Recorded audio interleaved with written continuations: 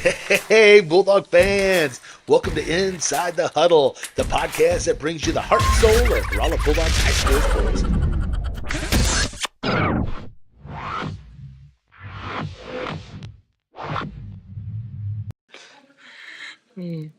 All right, welcome to Inside the Huddle, brought to you by Romo Athletics and powered by our title sponsor, Phelps County Bank. And speaking of Phelps County Bank, let's give them a big shout out. As always, they are 100% employee owned. They are 100% community champions. They are bankers by day and they are Bulldog fans by night. Appreciate everything that they do. So here we are. It is again season 3, episode 29 of the season right now. Coach Talk, and we got head coach Derick Heflin, and we got the football specialist Drew Bahr. Yeah, how you guys doing? Doing good. Thank you. I think that's good. It's good. So, Coach, before we get started, as always, team meal. In Motion Dance Studio sponsored the meal. It was delicious. And then Mindy Kell made some gooey butter cake and brownies. And I think I had 3 pieces of gooey butter cake. It was delicious. I highly Mindy recommend Kell, it. gooey butter cake. I wonder if she's got any leftovers for a guy like me. I might have ate it all. I don't know. Trying to watch. It was delicious. Trying to watch the weight. So Drew, how were the brownies? Good. How about it's great? Yes. great.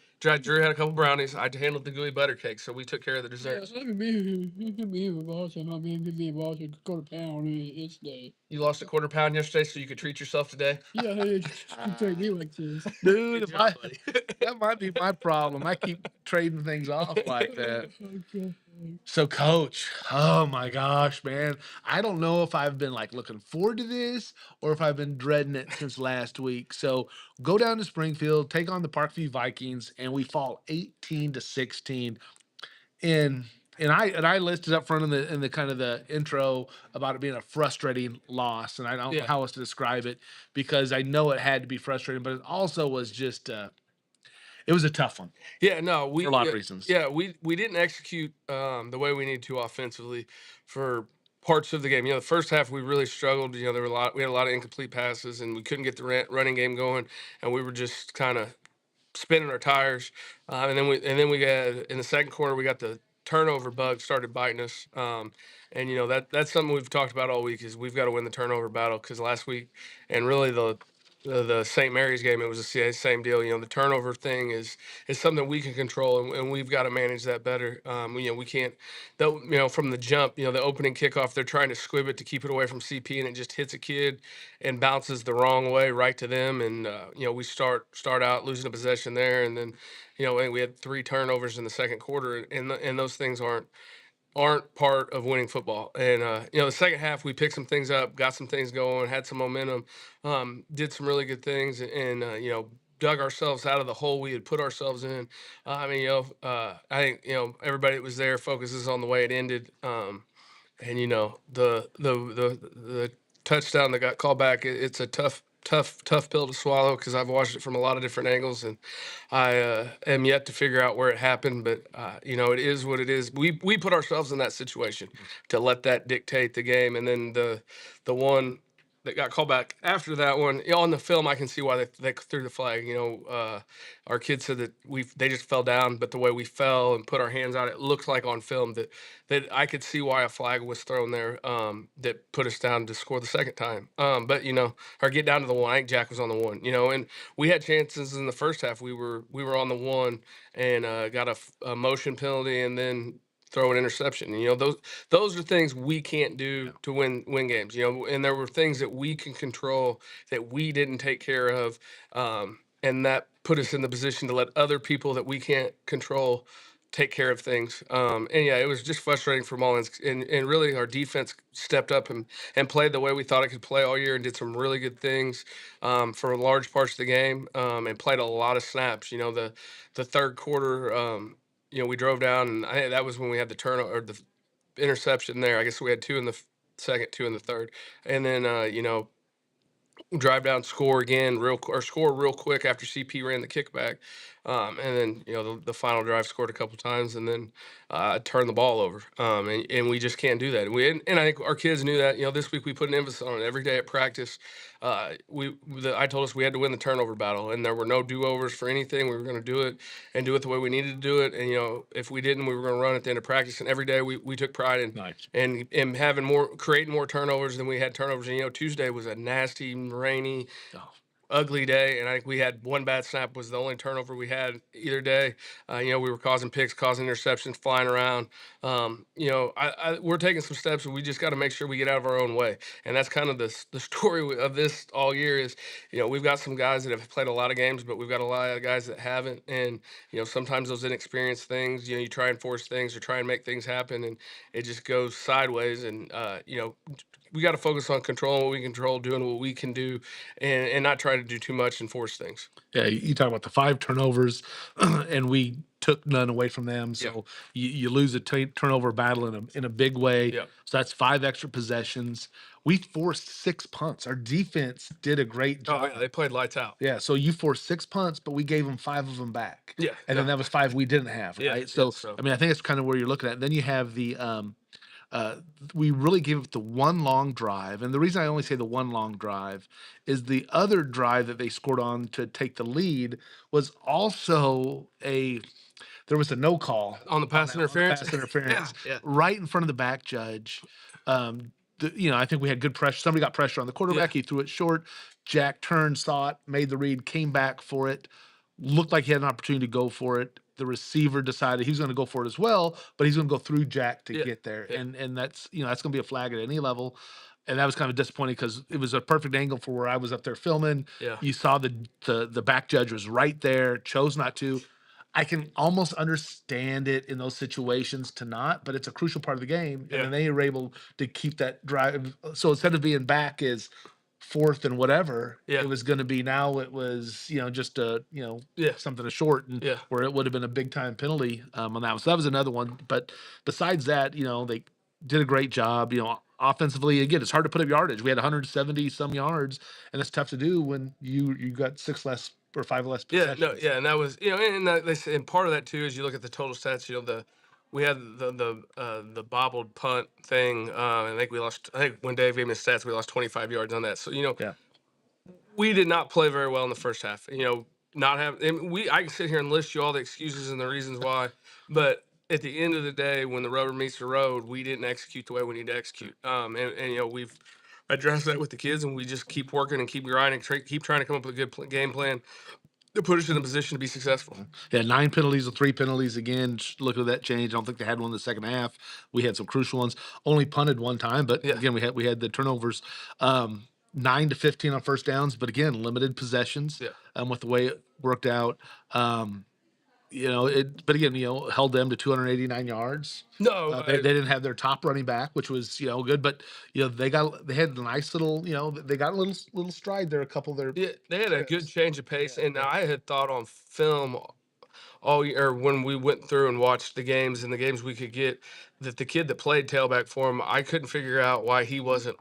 One is a really good running back, and we talked about how good he was, but it was four. I couldn't figure out why 4 wasn't playing more at some point because he was their second best athlete, and they put him out there. But I thought defensively, we played about as what for large portions of the game. There were a few key plays that we got to get. We had a few little breakdowns, but they weren't like major breakdowns. It was really we got beat in a one-on-one situation. But I thought we played about as well as we played all year defensively, especially up front.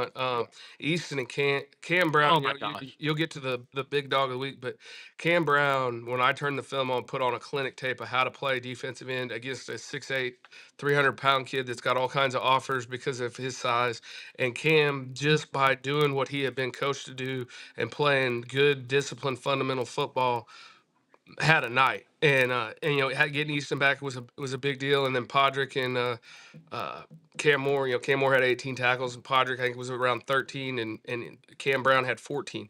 And when I do the stats, and Jack's the 4th leading tackler with 12. we played well Yep. and on defense, and that was kind of the thing that stuck in your craw too, is we played well enough on that side of the ball. We just got to keep focusing and limiting turnovers, and if we can play defense the way we did there and play offense the way I know we can play offense, some good things will happen in the time of year when we need it to happen. Yeah, and before we jump into to talk more a little bit more about Cam, Colton Pierce-Smith again, electric, like Oh yeah, 82-yard kickoff yes, return for a touchdown. yeah, He, the classic, let it drop, let it bounce to you. yeah. And when he does and kind of bobbles it, it works every time, because the moment they see that, every If it lets team up, they lose their discipline, yeah. they lose their lanes, and they go right to the ball.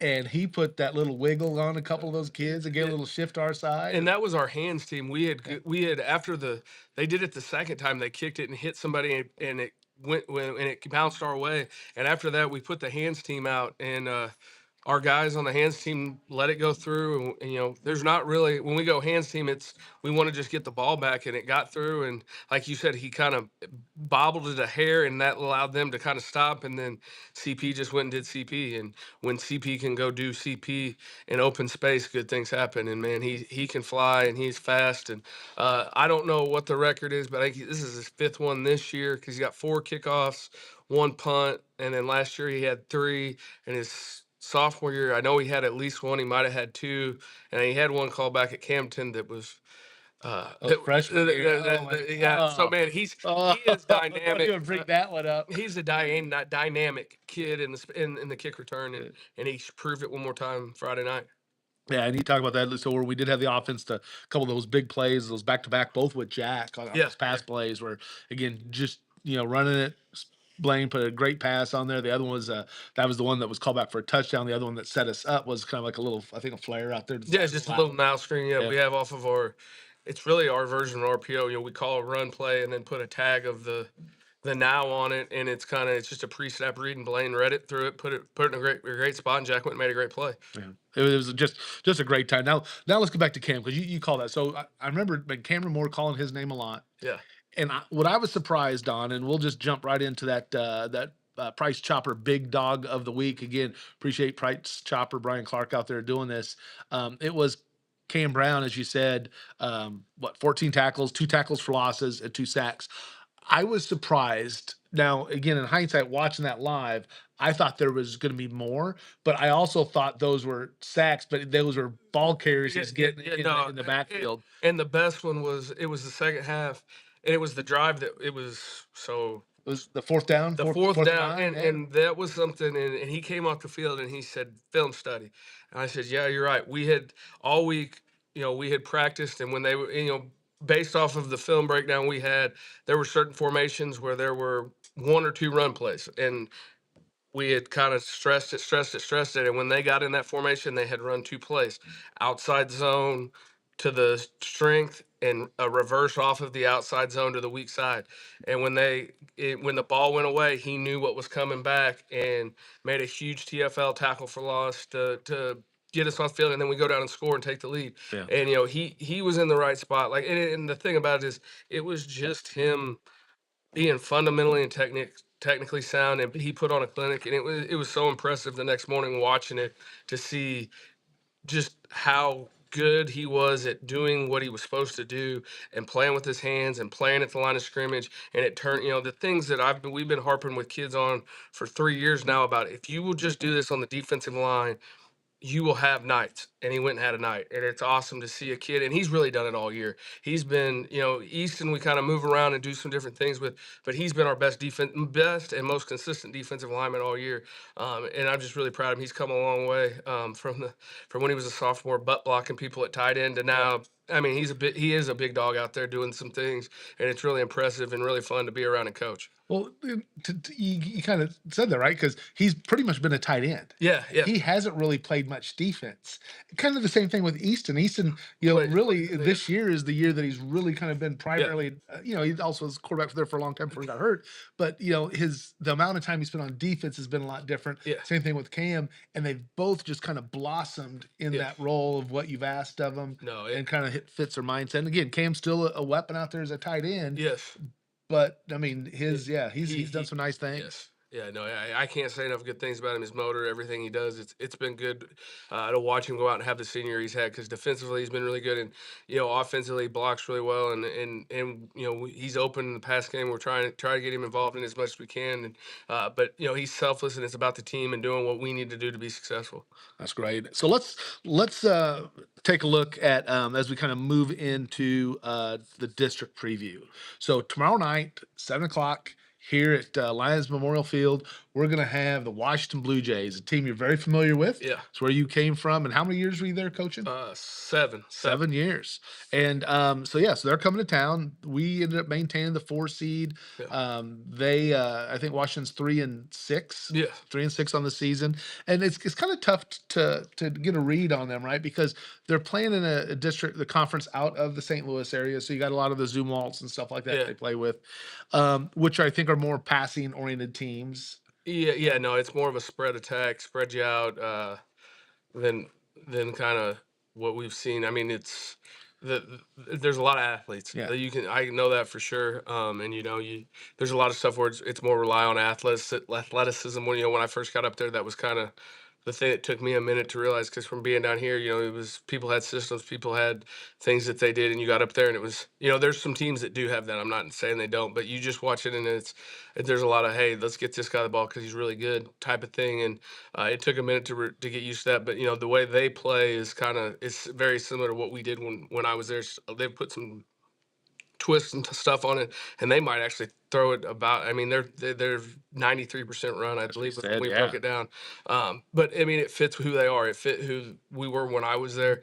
I'm sure when they turned on the film, there's the seniors that were soft or freshmen when I left, and they probably don't believe that we're throwing the ball the way we're throwing the ball. Because when I was there, it was we lined up and we ran inside veer and outside veer and A gap power, and that was about it.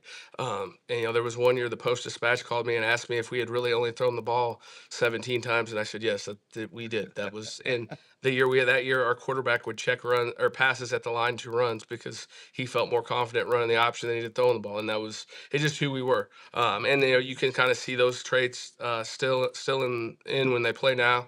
And they're going to be big and they're going to be physical. That's for sure. And we have to match that tomorrow night. And that's kind of, you talk about the hallmark running the veer, and that allowed you to put, you had a line, you had the size, you have kids playing, at Iowa State now. Oh yeah, we got some D1 players. We got a kid, there's a kid at Mizzou, a kid at Iowa State, and the starting defensive tackle for Northern Illinois. We're all there, and we had a tight end before them that's graduated now that was at Mizzou. So yeah, we had some run-ins of some talent there too. So we look at their record again. They're 3-6. When you go head to head matchup, obviously there's nobody that we played that was common. They struggled at home, but they also had the top of the conference who were there. And I mean, and you got some teams on there, like Zumwalt North that's 8-1, Liberty 7-2, North Point 7-2. But again, more of the spread attacks, and that also matches up with what you're seeing offensively from them. They're putting up like 18.7 points a game versus we're putting up 27. They're giving up 29 points a game. We only gave up 23 points a game. So again, looking at competition, it's different styles, different conferences, and of course we're independent, so it's kind of hard to match up on those things. But knowing that they have that strong line, and again, you're going to see it both on the offense and defensive side. Yeah. How are we going to counter that with what we bring? Our line is not the biggest. No, that's when it turned it on. That's what everybody asked me. It's like, yeah, well, it took 4 years to get to the point where we get there. And I think if you watch our team on the lower levels, you see that we're playing with 3 sophomores right now on our offensive and defensive line. And if you watch our freshman team and the guys left on JV, we've got some big kids coming. It just takes time to build them in the weight room if they're just not naturally big. So, it's going to take us matching, having to get creative with ways to match them up front. But, I think some of the stuff that we can do is and get our speed and get the edge and defensively just kind of make piles on the inside and spill the ball out and let our linebackers and Jack run. And if we can do that, I think we can match kind of with what they're doing, especially speed-wise. So you were there in 2018 then? Yeah. Coaching? Yeah. That was like the last time we played Washington. Yeah, it was the last time we were bad. Yeah. 50-7. Yeah. That was a Pritchett year, I assume, is when we were running. It was the year after Pritchett. It was a Houndsome. It was Trey Quick and Blaze Klausner. were there, and the kid I mentioned, went to play tight end at Mizzou. We got off the bus at 10th Street, and he was on a different bus than I was, and I got off, and the coaches came and grabbed me, and they said, "We need you to take a deep breath." And I said, "Why?" And they said, "Well, you just got to breathe. You got to make promises here." I'm like, "What in the world's going on?" And he had left everything but his jersey in Washington, and we'd had another kid, and he was a sophomore. I mean, on that team there were 12 sophomores starting. Wow. So yeah, no, it was. And when I got off the bus, and that was the story they told me, it's like, well, it's gonna be one of them nights, boys. All right, here we go. But that was a really good Rolla team. I think that lost the district, or they lost, I think, the next week the district, or Yeah. district whatever, to Borgia, who won the district that Yeah, year. So yeah. the year before they had beat Borgia for the district championship. So That's right. Yeah. So then we have then the last time before that was like 2009, and so it's been a while. yeah, And again, just limited meetings. So looking at that, matching up the line, using our speed. And again, you're looking at our team and like, hey, we got some athletes. yes, no, yeah, Yeah, and so that's going to be kind of, again, probably the big focus is just to how we kind of match up on that. And, Yeah, and yeah. then what about defensively with that power run game? I mean, that's going to be a load on us. Yeah, no, and it's kind of going to be a defensive line by committee, and try and get our guys in the guys we need in the spots we need them to be successful. And like I said, just get creative with it. And I think we kind of got a pretty good game plan of how we want to kind of make that a mess, and make that ball bounce and let those guys get to it. So we started off talking about the importance of winning that turnover battle. No, yeah. And I know that's going to be a lot of it. Again, having that pressure we just talked about. How can we make things happen if they're going to run that much? It's not just tackling the guy, but it's also piling in there and tackling the ball as well with your additional. No, and that was kind of the whole point of, hey, every day if we don't create more turnovers than we give up, too, was for our defense to start creating some turnovers, putting our guys in some spots where when they do throw the ball be in the air for a while, let's go get it, and just kind of creating that mindset of, hey, we've got to get better at this. We have to, make sure that we are taking care of it when we're on offense, but we also got to go get it when we're on defense. Yeah. I tell you, I'm excited to see. It's going to be Halloween. I'm excited for Halloween, right? I mean, it won't be trick or treating, but Here, or stay down. At a down. Walk down. Police lots of things on Halloween. Police have to do lots of things on Halloween. Yeah. Yeah. Doing things. A bunch of kids come out. Over 1,500 kids. 1,500 kids? Uh-huh. Oh, to hand out candy downtown? Hand it over to the kids. it'll be nice. Yeah. You're not gonna go steal all their candy. No. Got it. No. Okay. Well, hopefully we'll have some candy up in the booth because I've already got my Halloween costume set for tomorrow night. I don't know if I should give a preview of it or not, but I'm going to be dressed as an actual professional PA announcer. I don't know what that looks like, but that's going to be my outfit. Is I'm going to be a professional PA announcer instead of the amateur night guy that I am. What do you think of that one? But I'm still going to give you the big Drew Bahr. I'll still do that. Okay. I may not get on to people for not standing up, but I might have done that when I was doing my live stream from the game. I might have been harassing some of our fans about not standing up for me. Before we kind of wind down, let's take a look at our sponsors. Always like to give a quick shout out to them. We already talked about Phelps County Bank. Again, 100% employee owned. You go to mypcb.com, visit them. Appreciate everything they do for us. Ken Richardson Knives, again, handcrafted, just wonderful stuff that you see, just amazing. Go visit their website to find out more about them. Kobe Juan Skills Academy, two-time All-State Bulldog, doing great things. Appreciate everything he does.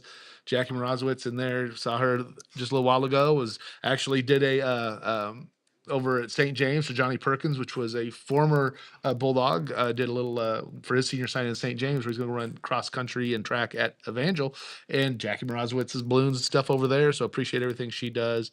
Brian Clark, the big dog of the week. I love that at Price Chopper. Appreciate that. Everything you do, go visit Price Chopper over there for all your needs. And might as well head over there and hit a breakfast sometime, man. Breakfast is the way to go. The breakfast burrito is on. Oh yeah. Oh, I have a bread chopper. Have a bad of mine, and my mom met you.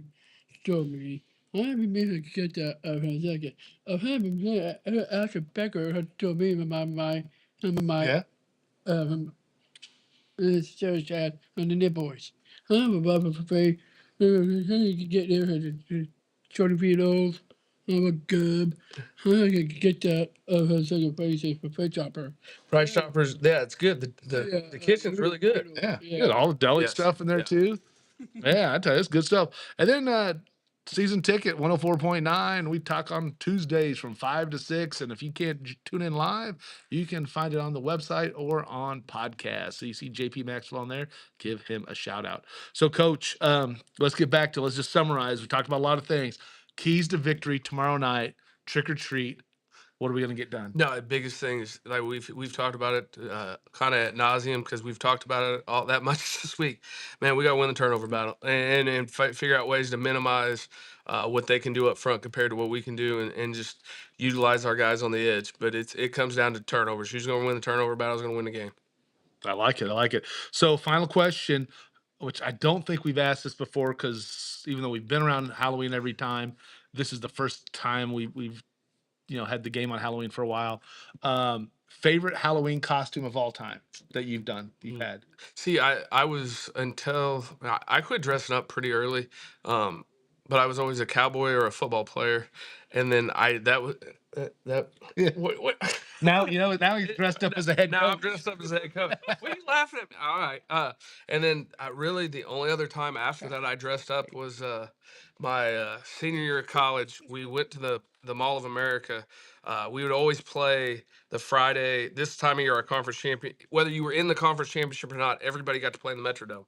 And so we were at the Mall of America hanging out before the game one of those days, and I had. Back when I had really long hair, and we stopped at a hair salon in the mall, and they chipped in, and I got a mullet. So we get back and it's Halloween, and when you have a mullet, you're 21 years old. The only thing you can be for Halloween is Joe Dirt. Dirt, yeah. Yeah. So that was the last thing I dressed up as. So that's where we'll go. I'll go. That's my best costume. What about you, Drew Bahr? Yeah, I've been a cowboy since the first time. Cowboy? Yeah, her mom said, Charlene said, he a contest on around here. Yeah, tomorrow there's a contest at school. So you're gonna be a cowboy? Contest, yeah. Well, you don't want to put it on TV. Everybody's gonna dress up like a cowboy. I don't know. I'm excited to get here to work tomorrow to see you dressed up as a cowboy. Yeah. Yippee-ki-yay! Yeah, I mean, by a bull water. Oh, a bull rider? Uh-huh. Ooh. Oh, I like that, man. Just don't go in there with a broken arm or anything like that, okay? Bull. Got me a couple times. My parents have been on me a couple times. You've really ridden a bull? Me a band. Oh, okay. Oh, really? Crown wish me could go. Oh, wow. I made a damn poop. Yeah. I made a poop. He got you? He got me. With Oh. I mean, what? Do you have horns? Yeah, a couple horns. Okay. I made one fast. You run fast. Man, this must have been a long time ago. You don't run fast anymore. Yeah, fast. My knee shock. I mean. You ever I watch need somebody to- run fast from cows? It's Tristan Brown. We're cows with him the other day, and our cows have really kind of, they're a little more mild than they used to be, but they're kind of famous for the old ones we used to have. And I mean, you had to be there. Tristan was out there jumping out of the crowd. Tristan, I mean, I don't know if you watched this or not, son, but I was just kind of amazed the way you ran out of that crowd, and instead of staying in there, and like I was, and I was an old man, a heart patient. I just kind of hung in there, Tristan. You ran. That's all right. That's right. You go listen to your Baby Shark music, and I'll be good. All right. Well, I tell you what, trick or treat on that one right there. I want to thank you all for joining us. Thanks everyone for tuning in. Listen to head coach Derick Heflin and the football specialist Drew Bahr. Appreciate you guys being here. Thank you, Tom. All right, guys. From inside the huddle to the heart of the game. We'll see you next time.